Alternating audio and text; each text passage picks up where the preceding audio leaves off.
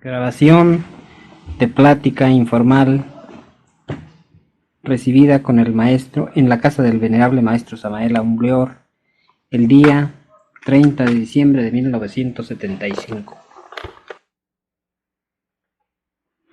Conforme vayan ellos vocalizando, van desarrollando ese poder mágico de la palabra. Ciertamente, hay escuelas de oratoria donde se les enseña la vocalización, de manera que entonces eso faltaba en tu repertorio. Y esto lo va a incluir para los cursos más que todo que para gnósticos, maestro. Para todo el mundo sirve.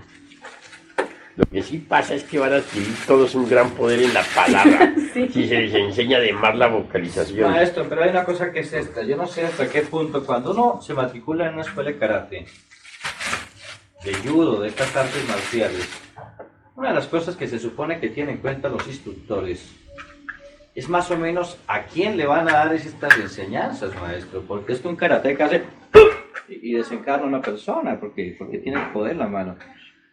¿Hasta qué punto se le pueden dar claves a todo el mundo para que coja el poder en el verbo sin uno saber cómo lo van a utilizar?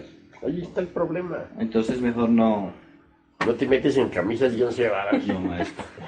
Todavía los hermanos gnósticos sí, porque uno de hecho supone que están bien. Por lo menos están luchando por la eliminación de sus defectos. Pero realmente adquieren poder en la palabra. Eso no se le puede dar a todo el mundo, maestro. Es demasiado peligroso. Poder mágico tremendo. Por eso era que no quería mencionarlo, ¿ya ves? Tú lo entendías y eso que mira dónde estamos, ¿no? Sí. No, yo no digo por ustedes, no, sino... No, por nosotros tres, lógico, porque al maestro le podías dar la clave. No, yo no sabía si era algo muy... Porque él nunca ha hablado de eso, ¿no? El día que nos dijo eso, pues yo lo sentí como algo que él lo había guardado siempre. No, pero los y acentuar, libros digamos, estaban, en las maestro, vocales usted había como se hablado habla. en los libros Fíjate de la cómo habla él. vocalización. Sí, mantramismo. La vocalización, pero ya no en su aplicación a la oratoria. Ahí está él En su aplicación a la oratoria enfatizando, ¿no? es tremendo. También la M y la S. Sí, la M también, la S. Son 7 vocales. Bueno, realmente, si vamos a eso de que 7 vocales o de que 5, pues verdaderamente no llegaríamos a ninguna parte. Porque la cruda realidad de los hechos es que los lemures, por ejemplo, usaban normalmente en su alfabeto 300 consonantes y 51 vocales. Sabían articular. La palabra fue degenerando, la capacidad hablativa del ser humano fue degenerando, conforme el ser humano fue degenerando. Y hoy apenas se usan pues las pocas vocales y consonantes de nuestro alfabeto. De ahí que algunos arqueólogos, antropólogos, se han visto en apuros para poder articular consonantes encontradas y vocales encontradas pues en piezas antiguas, en piezas arqueológicas antiguas, sacadas de las excavaciones. No pueden. Han hecho de esas consonantes combinaciones inglesas como la TH,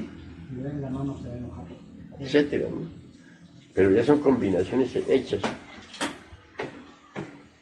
La capacidad hablativa se ha perdido lamentablemente, en la forma más triste.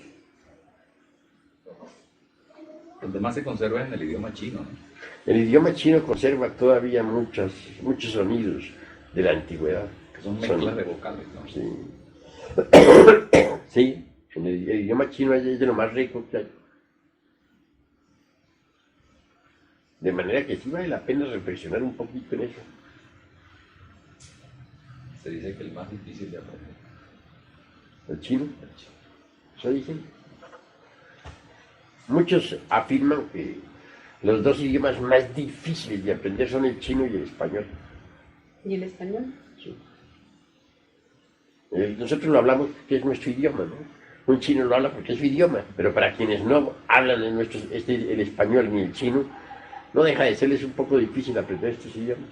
Con el español lo hablamos muy mal. Y nosotros, es decir, y leí algún estudio, nosotros normalmente utilizamos en nuestro lenguaje corriente muy pocas palabras, es decir, creo que nos defendemos por ahí con 600, 700 palabras acomodadas de una y otra manera. Aparte que se martiriza el idioma de una manera total. Por ahí he visto que en todas partes la gente dice ¿de qué? Me estoy dando cuenta de que ustedes, lo que me pasó fue que estuve pensando de que tal vez, ¿y de qué? ¿Y de qué? ¿Y de qué? Y eso es universal. En todas partes lo utilizan y es un error.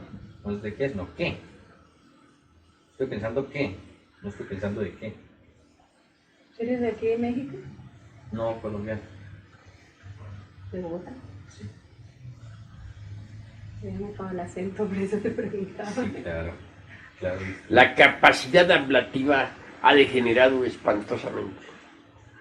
Ciertamente el vocabulario que se está usando en forma colectiva resulta demasiado pobre, muy pobre. Aún los mismos escritores modernos ya no poseen un vocabulario muy rico que se diga. Pobre.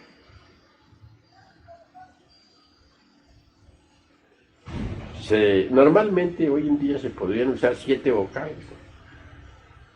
La M y la S también son vocales.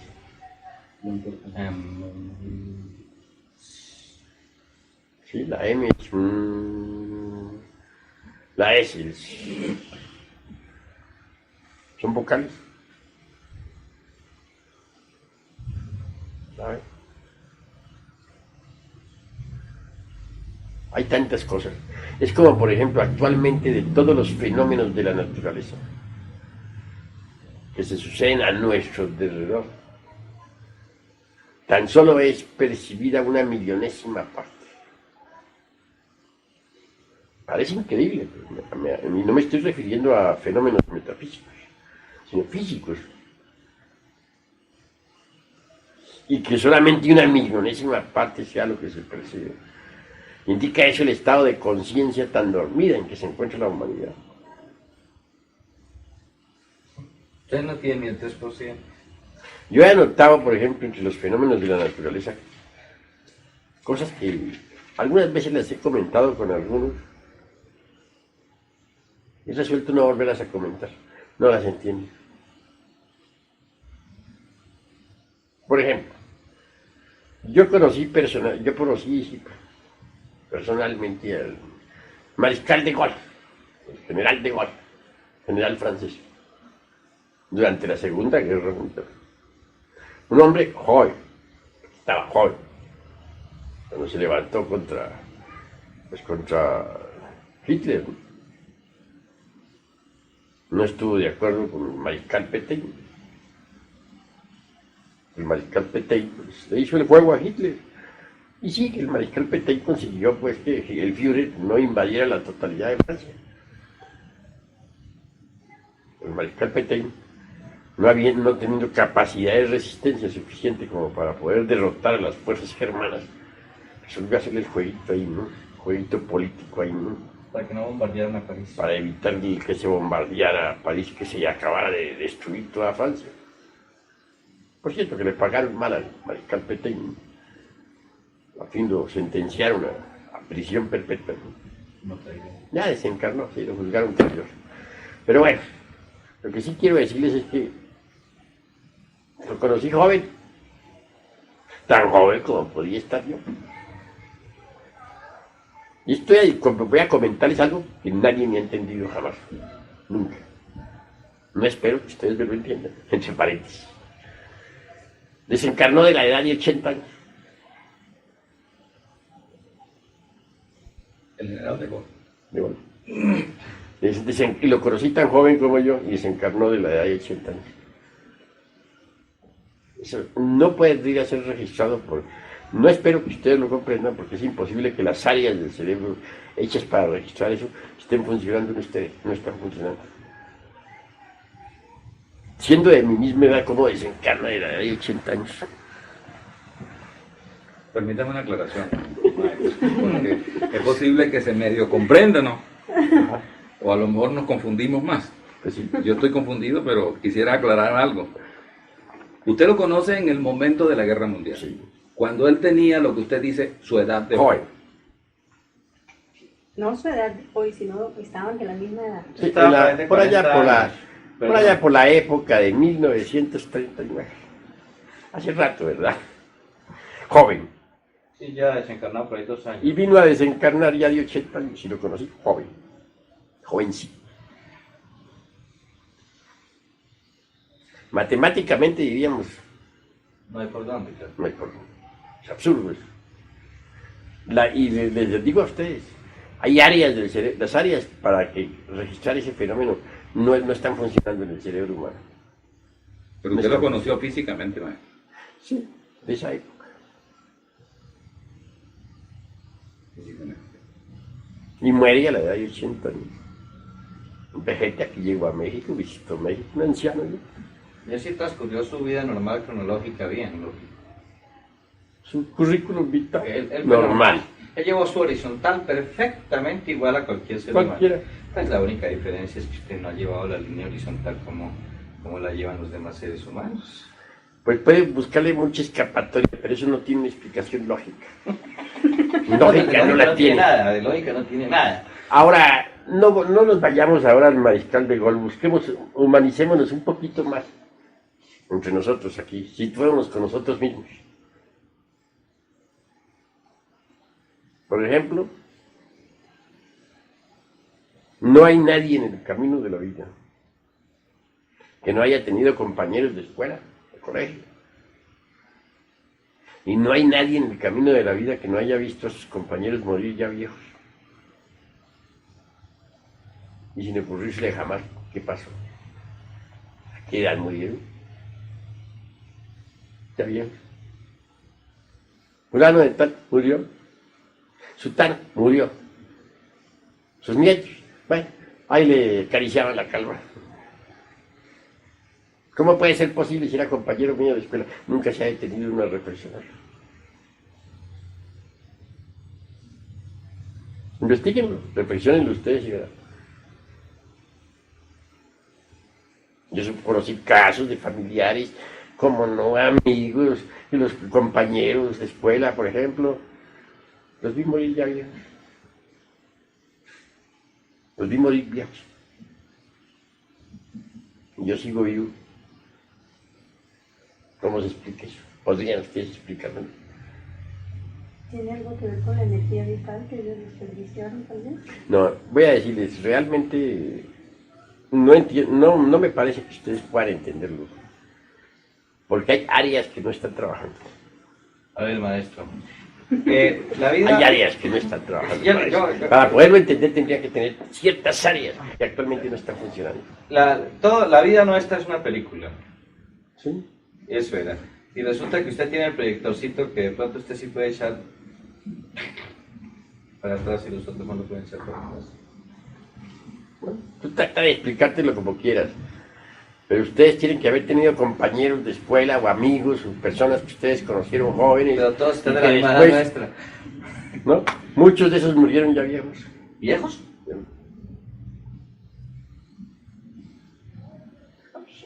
Por el árbol de la vida. Claro, vienen las disculpas de uno. Es que fulano de tal agotó la vida. Fue porque fue muy calavera. Porque se dedicó a los licores. Pero lo cierto fue que murieron viejos. Más viejo de lo que es uno. De lo que es uno. Y habiendo sido ambos de la misma, un poco más o menos de una edad similar en los colegios. Bueno, O sea, que si aquella persona amiga de uno murió a los 50 años y uno tiene 50 años, aquella persona murió a los 80. murió de 80. Ah, eso sí, no, ahí no le metimos muy Sí, sí, y ¿sabe cómo lo han interpretado ustedes siempre? Que aquella persona se dedicó a los vicios, se dedicó al alcohol, se dedicó a las drogas, se degeneró y se envejeció y murió más pronto de lo mandado. O se envejeció más pronto de lo mandado. Esa ha sido siempre la disculpa. Ah, porque como estamos en la tercera dimensión, la cuarta dimensión es el tiempo. Pero la cruda realidad es que ha muerto más viejo el amigo, el fulano de Llevando tal, una vida que similar. nosotros, y habiendo llevado una vida similar y murió hecho un anciano.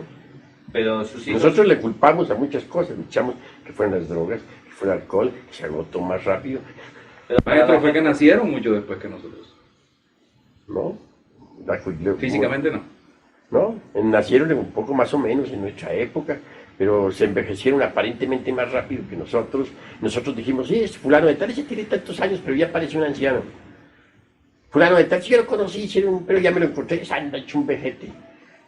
Nosotros decimos así porque lo conocimos, Sí. pero sus nietos de él no dicen eso. Ese es mi abuelito fulano de tal. Era tanto. Y le ponen 80. Aun cuando para nosotros... No, y era 50. muchas veces sí tienen los tales 80.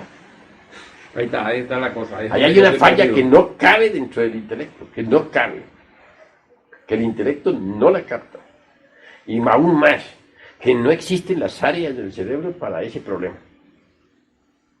No las hay. Es uno de los fenómenos de la naturaleza que se suceden a nuestro alrededor para que no son captados. Actualmente con las facultades humanas existen. ¿Se sucede realmente que esa persona llegó a los 80 años? Y se ha sucedido. Sí, ¿no? Y ¿cómo? Si fue compañero de nosotros, si jugó con nosotros en la misma escuela, ¿cómo es posible? Que el factor Nosotros, tiempo podrá tener una velocidad diferente. si nos a lo la nuestra. encontramos en la calle decimos, me encontré a fulanito, está hecho un viejo ya. Para nosotros sigue siendo el compañero de escuela, que se envejeció muy rápido, pero sus nietos no piensan lo mismo. Maestro, el hombre genera espermatozoides de diferentes tipos. Sí. Y procrea, por intermedio de la mujer, hijos también diferentes. Claro, está que Hay espermatozoides que son, ¿cómo diría yo? Que no son completos. De ahí viene la degeneración de un humano cuando nace. Nace paralítico o nace en alguna u otra forma. Ahora, si ese hombre, padre de ese señor de que estamos hablando, genera espermatozoides, iguales siempre, pero en diferentes tipos, A, B y C, siempre genera A, B y C. Los A son todos iguales. Es posible que un espermatozoide de eso haya vivido 30 años más.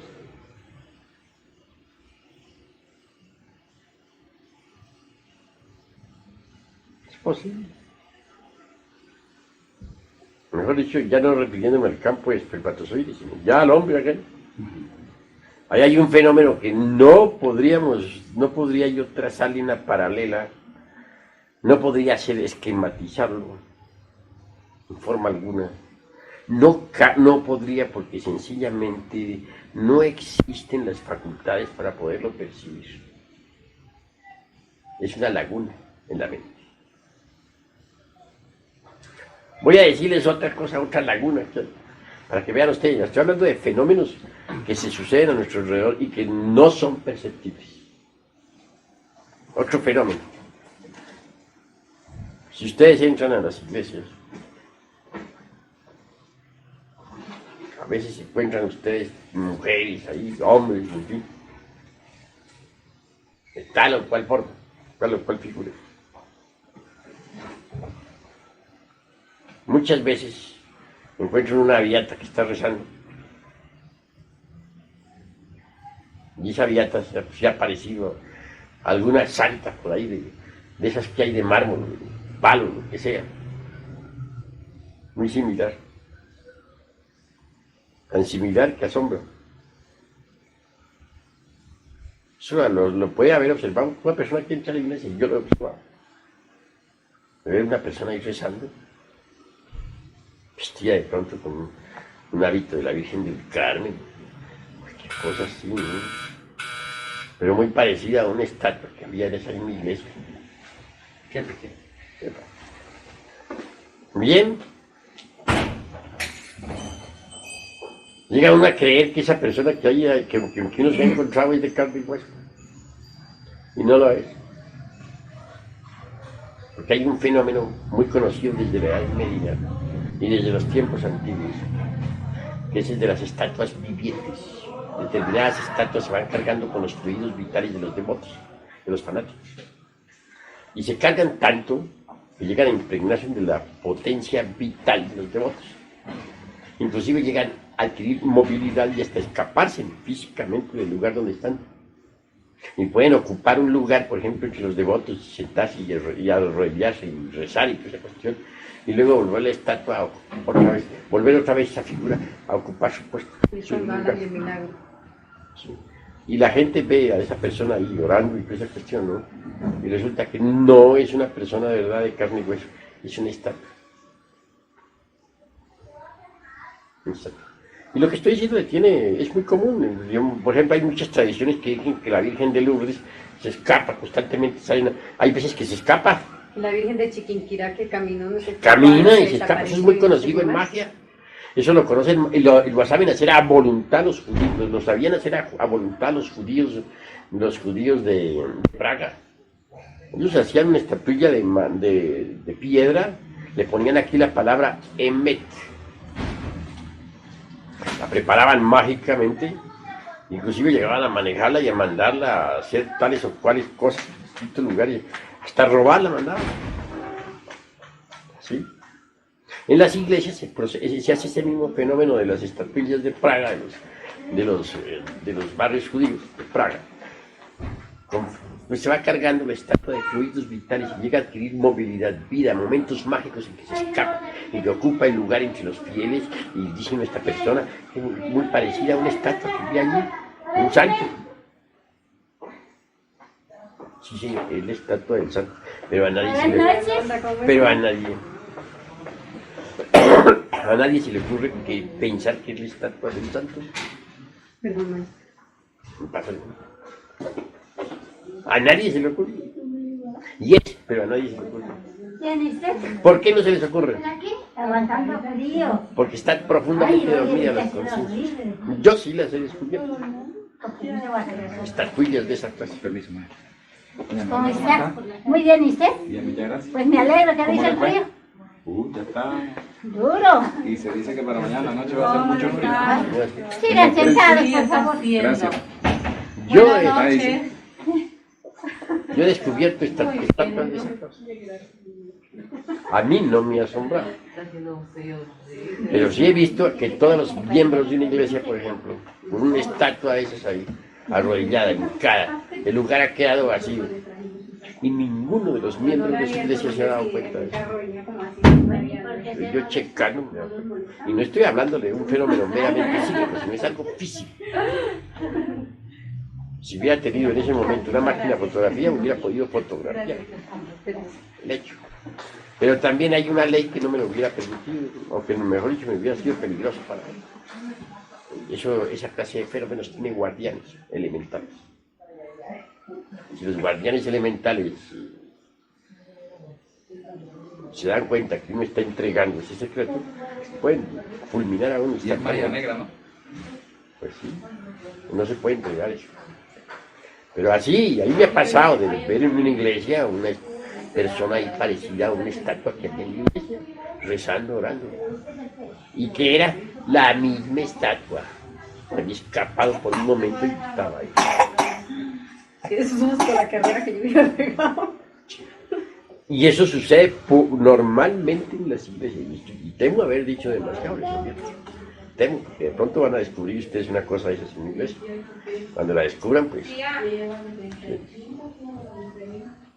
Entonces eso explica el fenómeno de que tantas estatuas milagrosas y no sé qué. Que se escapan, se van. La Virgen de Lourdes se les iba a los curas, por ahí tenían que salir a buscarla. No, maestro, yo considero, por ejemplo, esta reunión como una tercera cámara. Sí, primero estamos entre amigos físicos, hermanos. Y te voy a decir algo más, a mí me llama mucho la atención. Hace un par de meses estamos en Caracas y vamos a la colonia Tobar, un sitio cercano a Caracas, hora y media. Basado en la poca experiencia, me llama don Julio Medina, maestro Garacuchini, y me dice: ven acá, vaya aprendiendo. Mire aquella hermana que está allá. Estaba a una distancia de unos 10 metros de donde estaba el maestro, doña Lilia. Mary estaba un poquito retirada, como a 2 metros, y estaba yo, que me llama y me dice: mire aquella hermana, vea, ¿qué ve? Digo: esa es la hermana fulanita. ¿No le ve nada raro? Le digo: no, maestro. Me dijo: mírele los cuernos. ¿Le ve ese par de cuernos? ¿Le ve ese par de cachos en la frente? Le dije: maestro, ahora sí se lo veo. ¿qué pasó, maestro? Que a partir de ese momento, luego viene doña Dilia y se lo dice a Mary, los dos vimos la cosa al mismo tiempo. Y a partir de ese momento, para nosotros fue una defensa eso también. Haber aprendido a ver los cuernos de las personas. Porque cada vez que íbamos juntos a un cine o íbamos a un parque donde puede ser, Mary me decía, ¿viste quién pasó? O le decía yo, ¿te fijaste en aquel hombre o en aquella mujer? Y veo la cantidad de personas. Como fueron en otras vidas de fornicarios y que se nota ahora en esta vida. Bueno, eso puede ser no tanto como lo que usted dijo, pero en realidad son cosas que sí se pueden apreciar. En televisión se hace más patente eso, tal vez. La gente que aparece en televisión se le nota más fácil que personalmente. Por las luces y las sombras. Pero no sé si es un fenómeno de luces o que la televisión es más sensible, ¿no? Porque, digamos, el micrófono de esta grabadora es más sensible que mi oído.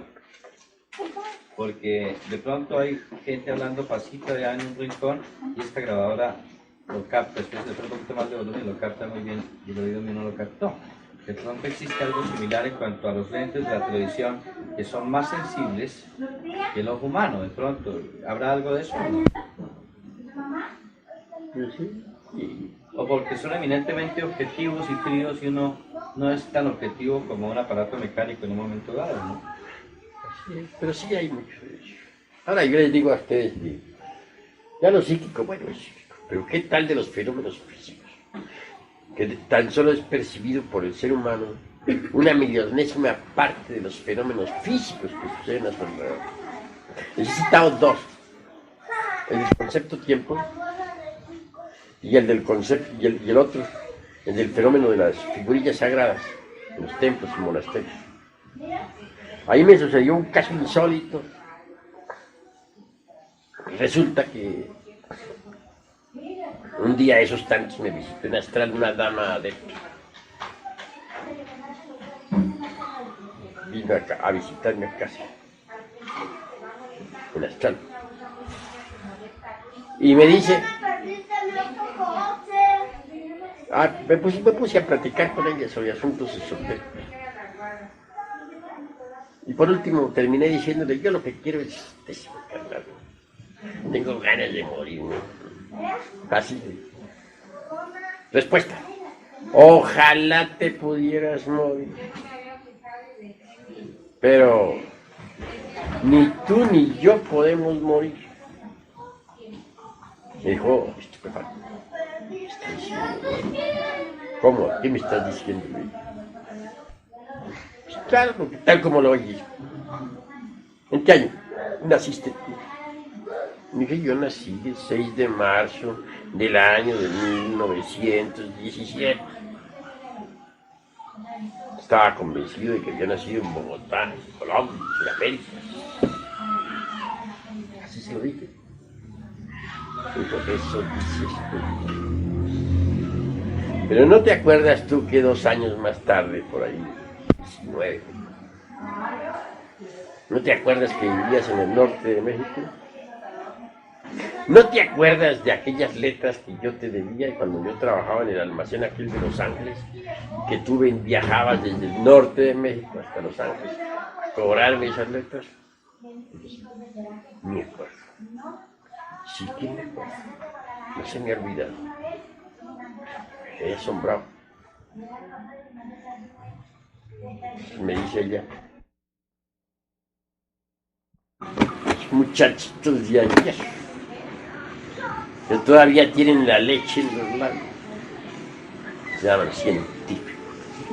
Me río, realmente me río, pero muchísimo, ¿no? De verlo. Señores, yo mismo me río de ellos. ¿Qué van a saber ellos de todos los fenómenos de la vida y de la muerte? Por ejemplo, ¿qué tan errados estarán? ¿Qué tan fascinados estarán con su ciencia esa ultramoderna, no? Es ridícula de por sí, no se paréntesis. ¿Qué piensan ellos? Que ahora ya se vive más tiempo, que para el año, dice 2001 para el año 2100, se podrá vivir 120, 130 años. Que a principios del siglo, cuando mucho se llegaba a 40 años, 50. Así los oí por televisión, hace unas noches, rebuznando de la forma más espantosa. Es decir, ridículo. Todos sabemos muy bien que nuestros antepasados vivieron más. Por ejemplo, yo sé de familiares míos que llegaron a edades de... Todos pasaron de 100 años. Y creo que ustedes sabrán que también los antepasados suyos de ustedes tienen que haber habido abuelos que llegaron a edades bastante largas. En la Edad Media se vivía normalmente más tiempo que ahora. Y eso es fácil computarlo. Sencillamente con las estadísticas, sencillamente con las notarías, los archivos viejos. No es difícil, para eso no hay problema, ¿no? A comprobarlo. Creo que me vengan a decir que se vivía 40 años al principio del siglo, pero que ahora ya se está viviendo alrededor de 80, gracias a los antibióticos y a todas las maravillas de los hombres de ciencia. Pero no es más que una ridiculez.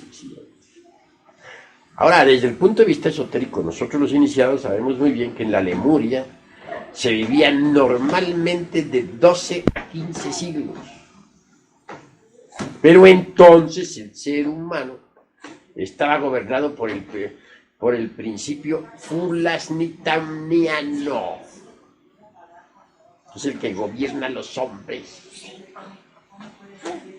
Desafortunadamente, como quiera que fue, dijéramos, introyectado en el organismo humano, el abominable órgano cundartiguador. Las cristalizaciones de las malas consecuencias del citado órgano fueron un verdadero desastre. La conciencia quedó englobada o embotellada entre esas malas cristalizaciones. Y, lógicamente, las mismas pues, deterioraron el cuerpo vital, comenzó a cortarse la vida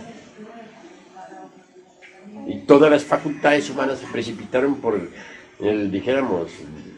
camino ese de la entropía, principio degenerativo que tiende a igualar a la larga todo, ¿no? Así pues que ya en la Atlántida se vivía menos de la mitad. En Egipto apenas se vivían 140 años como promedio de la vida humana. En la Edad Media como máximo 110, 120 por ahí. 100.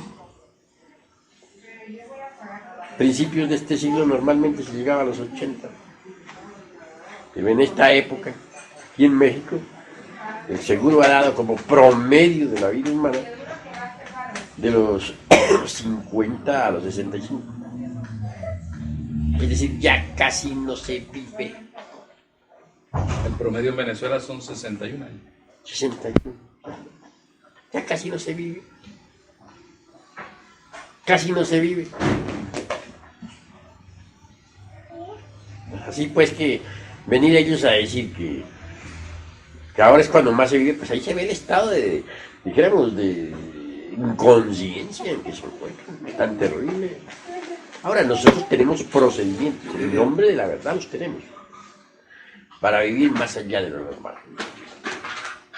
Y yo les soy sincero a ustedes, yo soy un hombre que estoy viviendo más allá de lo normal. Ustedes dirán que cómo es posible. No, sí se lo puntualizo. El cerebro que estoy utilizando para pensar estuvo 4000 años en un sarcófago de Egipto.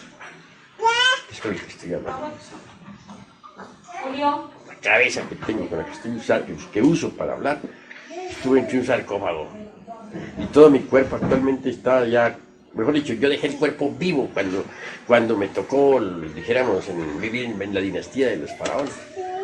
Yo nací en Egipto, pero no morí en Egipto. No morí nunca. Mi cuerpo pasó a un sarcófago. ¿Nació por primera vez? Bueno, yo lo he hecho varias veces eso. Y ese cuerpo así vivo lo puse en estado de catalepsia y entré en un sarcófago.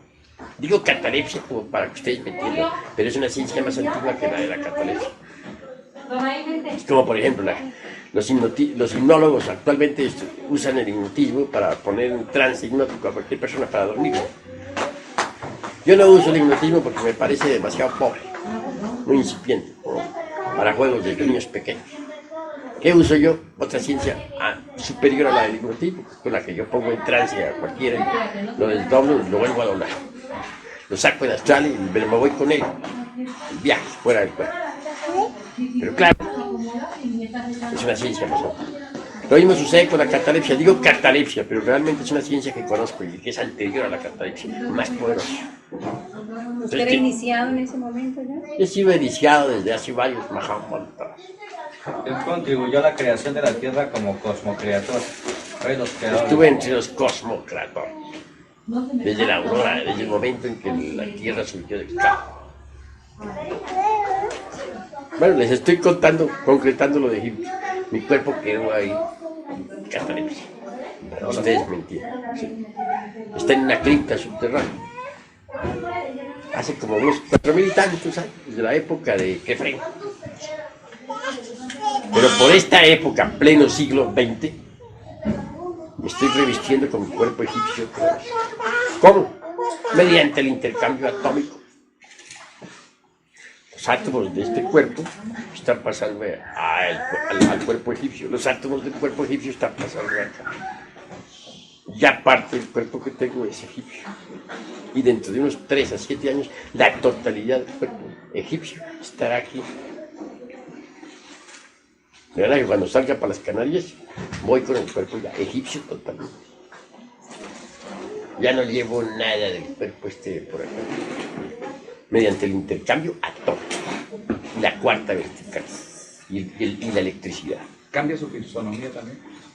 Parcialmente. Ligeramente. Porque los átomos se acomodan al arquetipo vibratorio. Y eso me permitirá a mí poder realizar la gran obra. De lo contrario, ¿cómo? ¿De qué? Un trabajo tan largo.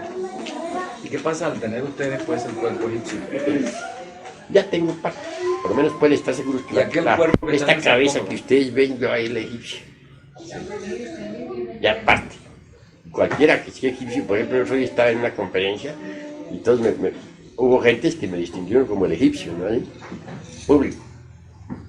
Ya la cabeza es la misma que estuvo entre el sarcófago. El resto de mi cuerpo, las vísceras, las estoy cambiando, todo.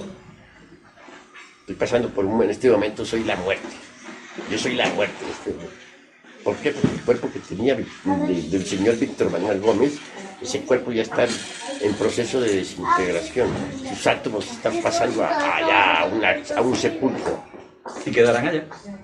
Y los átomos egipcios están pasando acá. ¿Y eso los podría volver a revivir? Pues ese cuerpo del señor Víctor Manuel Gómez queda ya en... ¿Tu vaso? No queda muerto, queda vivo. El vaso, Allá. el vaso. Pero con las funciones en suspenso. Las funciones orgánicas en suspenso. En suspenso. Ahorita se toman un negrito mientras está el güerito. O sea que quedan en estado latente. Está Ha sucedido con ese cuerpo de 4.000 años. En estado latente. Así se lo llama cataléptico. Muchísimas gracias. Déjame pasar. Gracias. Acuérdate, señor Aristófanes. Señor Aristófanes.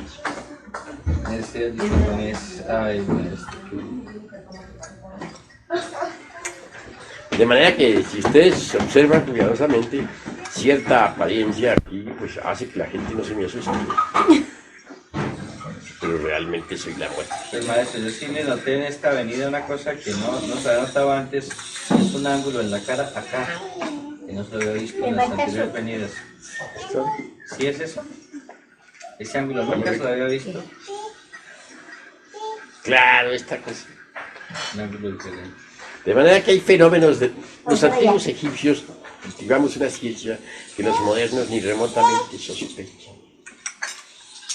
esta ciencia nos ha permitido a nosotros conservar nuestros cuerpos y poder existir y salir con nuestros cuerpos del sepulcro para vivir entre los mortales en pleno siglo XX.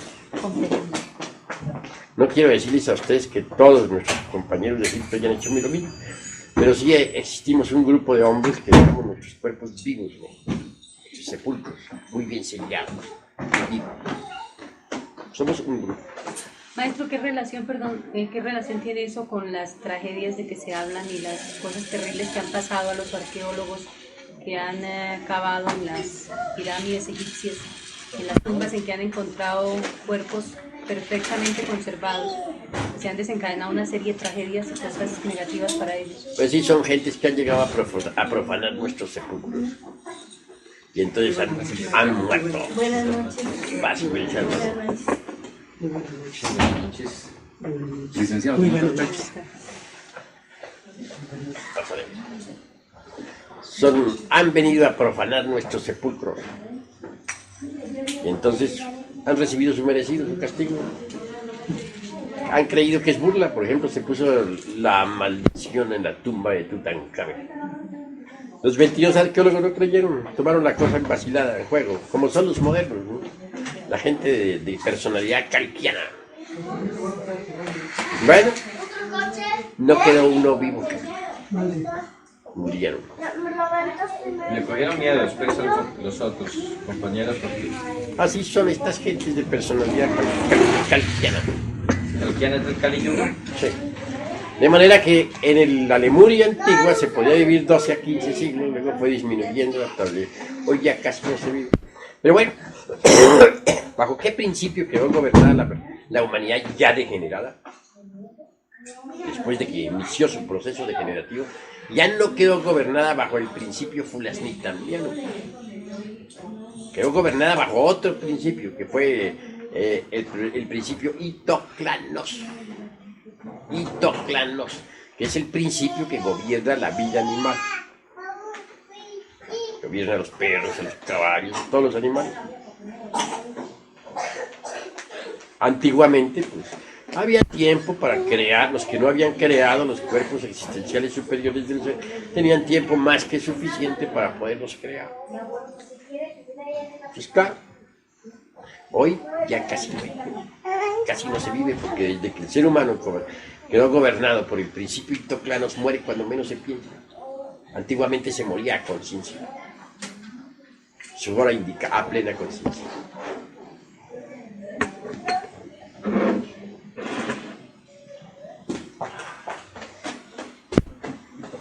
Pero vean si es triste. Muchas gracias. Si es triste que actualmente el humanoide, ser humano, dependa del mismo principio que gobierna a las bestias, el principio itoclanos, que ya no esté gobernado por el principio fulasnitamiano. Eso es tristísimo, lamentable de verdad. Más así. Sin embargo, cuando uno ya se fabrica los cuerpos existenciales superiores del ser y alcanza el estado de hombre verdadero y elimina el ego, vuelve a quedar bajo el principio fulasnitamiano, a condición de integrarse antes que todo con el logos. Con el logos. Porque por ahí hay un códice de Adáhuac que dice: los dioses crearon a los hombres de madera y después de haberlos creado, los fusionaron con la divinidad. Pero luego añade: no todos los hombres logran fusionarse con la divinidad. Es claro que los hombres que no logran la fusión integral con el logos, pues al fin y al cabo involucionan en las entrañas de la tierra, se desintegran. Son creaciones que están llamadas a la desintegración. No todos logran integrarse con la divinidad. Y para depender del principio fulasnitamiano, ya de reemplazar al itoclanos, se requiere antes que todo la fusión del hombre con el logos. Conseguido, eso sí, ya depende del principio Fulasnita Milana. Y como punto de partida se le confieren 1000 años de existencia. 1000 años. Si al llegar a los 1000 años desea alargar la vida, la pide otro alargamiento de otros 1000. Y si quiere alargarla más otros 1000, pues ya hay maestros que tienen millones de años de existencia. ¿Por qué? Porque el 1000 es el número exacto de años de vida que tiene un hombre que esté gobernado por el principio Fulasnita Milano. El número 1000.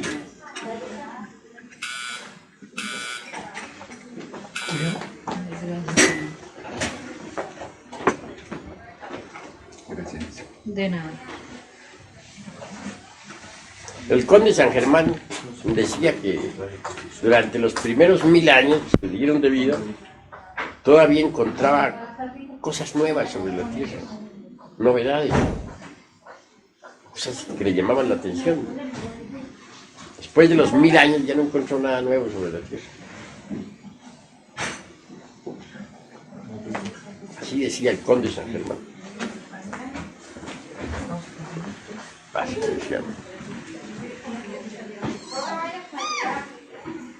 Resulta interesantísimo todo esto. Y a propósito de la cuestión esa de los cuernos, de que tú hablas tanto, bueno, ¿y de qué hablan ustedes? ¿Y de qué habla el maestro Garga Cuchines? En eso existe también lo positivo y lo negativo. Que los hierofantes egipcios usaban los cuernos de plata. Y yo he asistido, dijéramos, fuera del cuerpo físico, en el mundo astral, he asistido a la danza de plata de los hierofantes, donde los hierofantes concurren a la danza sagrada, llevando aquí cuernos de plata, Los cuernos son simbólicos, representa la constelación de Tao, el verbo, la palabra. De manera que tenemos que pensar en los cuernos desde el punto de vista positivo y también desde el punto de vista negativo. Desde el punto de vista negativo, los cuernos de los demonios incuestionablemente son inconfundibles. Ahora, desde el punto de vista positivo, pues cada uno de nosotros tiene que conquistar sus cuernos. Los cuernos de plata de los hierofantes. Yo, por ejemplo, no niego que la caída que tuve en la meseta central de la ciudad, perdí los cuernos. Ya los he vuelto a recobrar. Solamente aguardo ahora tener en mi poder, en mi puño, la piedra filosofal, para luego ver cuántos tridentes van a aparecer en esos cuernos. Si logro que aparezcan los 6 tridentes, me daré por satisfecho. ¿Se sabe lo que es tener los 6 tridentes? Es mucho aspirar. Solamente los tiene el que haya desarrollado la razón objetiva en su más alto grado. En el grado aquel dijéramos, de la infinitud que todos los, o mejor dicho, a 3 pasos del grado de la infinitud que todos los sostienen. En su forma de ser más elevada. Cada tridente indica el grado alcanzado. ¿Esos cuernos de quién son? Son de Lucifer. Pero ¿y Lucifer quién es? Es la reflexión del logos dentro de nosotros mismos. Ustedes han visto que uno produce sombras, ¿no? Bueno, la sombra de la luz. El cuerpo de uno hace sombra. Así el logos, la sombra del logos es Lucifer. ¿Y quién es el logos? Es el Cristo. Entonces, ¿qué es la sombra del logos? La sombra del Cristo. ¿Qué es la sombra del Cristo? Lucifer. Entonces, ¿podría ser la sombra del Cristo mala o tenebrosa? Y sería absurdo suponerlo. Si nosotros dijéramos, exorcizáramos, anatematizáramos a la sombra del Señor, sería tanto como anatematizar al Señor. Entonces Lucifer Nahuatl, Lucifer Chabat, o Lucifer Prometeo. Pues sencillamente es el mismo, en síntesis, es la sombra del Logos dentro de nosotros. Para nuestro bien. Escalera para subir, escalera para bajar. Nadie puede subir sino por esa escalera. Nadie puede bajar sino por esa escalera. Léanse en la Divina Comedia y allí lo confirmará en el Dante. Bueno, conforme uno va avanzando en el desarrollo de la razón objetiva, pues va recobrando los cuernos. Y van saliendo sobre los mismos en el Lucifer, claro. El número de tridentes que corresponde a su progreso. Tener 6 tridentes es haber alcanzado la más alta razón objetiva del ser. ¿Y qué se entiende por razón objetiva para que ustedes entiendan el valor de los cuernos? Voy a decirles. Entiéndese por razón objetiva aquellas funciones propias de la mente interior en relación con la conciencia. Es decir, en nosotros hay 3 mentes, para sintetizar. La mente exterior, o sea, la mente sensual. La mente interior, digo intermedia, que es intermedia. Y la mente, la mente intermedia y la mente interior, son 3. ¿Qué es la mente exterior? En la mente exterior está pues todos los conceptos de contenido elaborados con los datos aportados por los 5 sentidos. No podrías la razón, dijéramos, meramente subjetiva, sensual, saber nada sobre lo real, sobre la verdad, sobre lo divinal, puesto que elabora sus conceptos de contenido mediante las percepciones sensoriales externas. ¿Qué doctrina es la que está allí? La doctrina de los saduceos, de los materialistas saduceos, puesto que es una doctrina que no sabe nada sobre lo real, sobre la verdad, sobre Dios. La mente intermedia es diferente.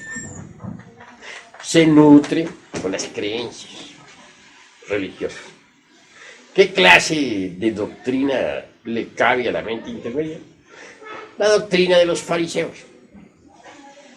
Asisten a su iglesia, que se dan un golpe de pecho, se crucifican, rezan en la puerta para que todo el mundo los vea, van a misa, pero realmente no trabajan sobre sí mismos, nunca, jamás. Únicamente van porque dicen que hay que ir los domingos, pero jamás trabajan sobre sí mismos. Esos son los hipócritas fariseos, sepulcros blanqueados, como dijo el Cristo. Y también ya advierte el Evangelio del Señor: cuidados de la doctrina de los saduceos, o sea, de los asqueantes materialistas, y de la doctrina de los fariseos, hipócritas que jamás trabajan sobre sí mismos, sino que se basan en puras creencias religiosas. Debemos cuidarnos de la levadura de los saduceos y de la levadura de los fariseos. Así nos lo advierte el Evangelio del Señor. Entonces, ¿qué debemos hacer? Abrir la mente interior. Pero no podríamos abrir la mente interior si no reducimos a polvareda cósmica a lengua animal. Y no podríamos reducir a polvareda cósmica a lengua animal si no aprendemos, ante todo, a pensar psicológicamente. Tenemos que saber pensar psicológicamente. Si sabemos pensar psicológicamente, si estudiamos nuestra propia psicología, descubrimos entonces nuestros defectos psicológicos. Trabajando sobre ellos, los eliminamos. Obviamente, el resultado viene a ser que se abre la mente interior. Ella no funciona sino con los datos aportados por la conciencia superlativa del ser. No funciona de ninguna otra manera, de ningún otro modo. Entonces, una mente interior con sus funcionalismos estructurados o en los conocimientos directos del ser. Es una mente que sabe, de verdad, que conoce los misterios de la vida y de la muerte, que conoce lo real. se posee ese tipo de mente, recibe un calificativo. Se le denomina objetiva, para distinguirla de la razón subjetiva, de la mente sensual y de la mente intermedia. La razón objetiva es diferente, no funciona sino con los datos de la conciencia. Por lo tanto, es sabia. La fe verdadera es el conocimiento puro, la ciencia pura de la mente interior. Los grados de razón objetiva adquiridos en los cuernos de Lucifer aparecen en forma de tridentes. Si un hombre posee los 6 tridentes sobre sus cuernos, ese hombre está completamente iluminado. Está, dijéramos, a solo 3 pasos de la infinitud que todo lo sustenta. Tiene el conocimiento objetivo completo, trascendental y verdadero. Conoce los misterios de la vida y de la muerte no porque alguien se lo dijo o se lo dejó de decir, porque lo leyó o lo dejó de leer, sino por experiencia directa, conocimiento superlativo y trascendental de la razón objetiva. Es un hombre que ha llegado a poseer los 6 tridentes en sus cuernos. Es un verdadero iluminado. Tiene derecho a usar en la ceremonia los cuernos de plata de los hierofantes, como parte de su atuendo religioso. De manera que van viendo ustedes, señores, la diferencia que hay entre los cuernos de los demonios comunes y corrientes y los cuernos de plata de los hierofantes. Son diferentes. Y pues los cuernos tienen su parte positiva, tienen su parte negativa. Lo negativo, negativo es. Lo positivo, positivo es.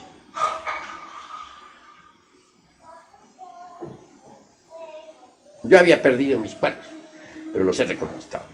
Solo me falta ahora saber cuántos tridentes tengo.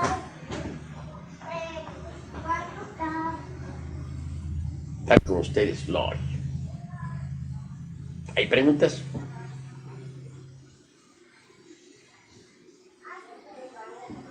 ¿Qué quiere decir entonces en las representaciones que hacen de Moisés, sin ir muy lejos? ¿Hay lo mismo? Los cuernos, lo mismo, la Ahí ve. sabiduría. Claro, los cuernos del maravillosos. Estoy seguro que él tenía los 6 tridentes en sus cuernos. Estoy seguro. Poseía los 6 tridentes. No hay duda de que Miguel Ángel era un iniciado. Cuando cinceló a su Moisés con esos cuernos. Lo veía. Claro. Es lo que muchos no se explica, pero como Moisés con cuernos, tiene sus cuernos. Y también el arca de la alianza era llevada con 4 cuernos. Cuernos de macho cabrío. El arca de la alianza, allá la sostenían sobre el cuerno.